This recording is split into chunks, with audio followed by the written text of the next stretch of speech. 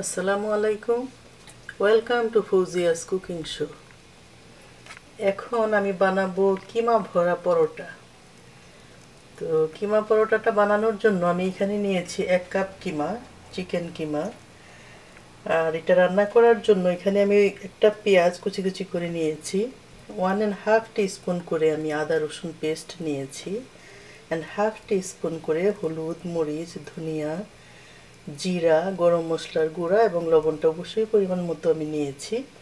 আর পরোটাটা বানানোর জন্য এখানে আমি নিয়েছি 2 কাপ অল পারপাস ফ্লাওয়ার।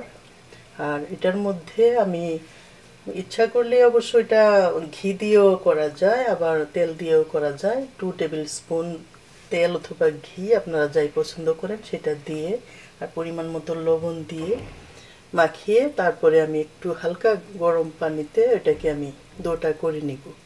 তো ডোটা আমি পরে করব। এখন ফার্স্ট আমাকে করতে হবে কিমাটাকে রান্না করে নিতে হবে।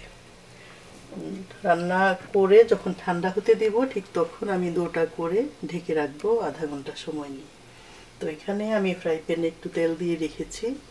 এখন পেঁয়াজটা দিয়ে দিব, পেঁয়াজ কুচিটা দিয়ে এটাকে অবশ্য আমি গোল্ডেন ব্রাউন হওয়া পর্যন্ত অপেক্ষা করব না, 2-1 মিনিট একটু নেড়ে চেড়ে চিকেন কিমাটা দিয়ে দিব সব মশলার সাথে।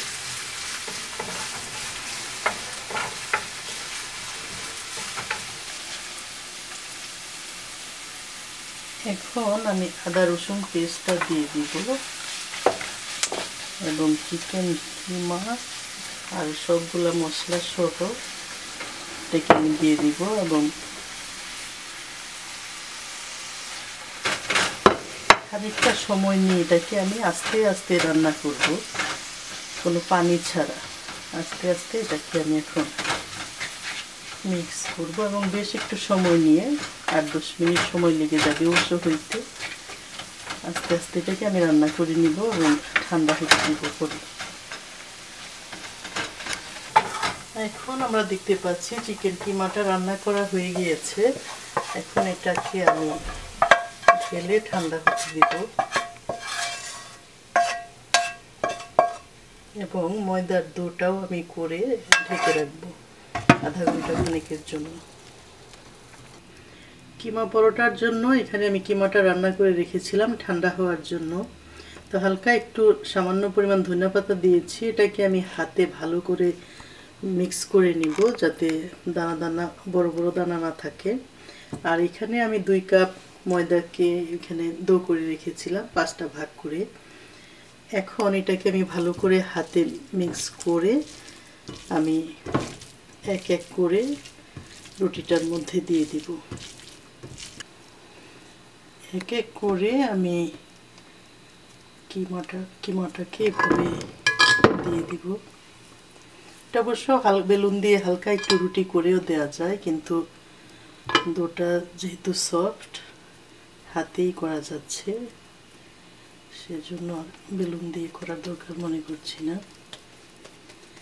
এখানে এক এক করে আমি এভাবে রাখবো, পরে আমি বানাবো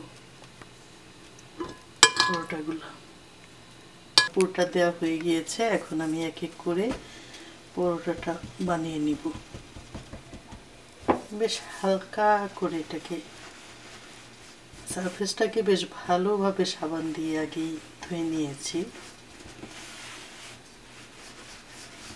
এখন এটাকে বেশ হালকা করে বেলে নেব যাতে ভিতর থেকে কিমাটা বের হয়ে না আসে।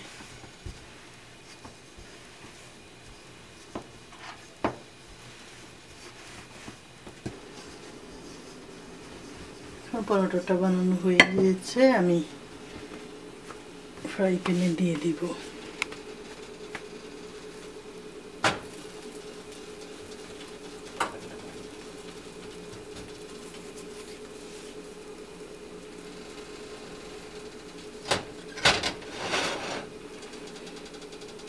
এক মিনিটের মতো একটা পাশ হয়ে গেলে তারপর আস্তে করে উল্টে দিব এবং পরে ইচ্ছা করলে এটাকে ঘি দিয়েও করা যায় আর তেল দিয়েও করা যায়। আমি এটাকে হালকা ঘি দিয়ে করব। আমি হালকা করে একটু ঘি দিয়ে দিব এবং একটু চেপে চেপে উল্টে দিব। হালকা একটু চেপে চেপে দেওয়ার পরে দেখা যাচ্ছে পরোটাটা বেশ সুন্দর করে ফুলে উঠেছে। তৈরি হয়ে গেল কিমা পরোটা। আপনারা ওইভাবে বানিয়ে দেখতে পারেন, আশা করি ভালো লাগবে। খোদা হাফেজ।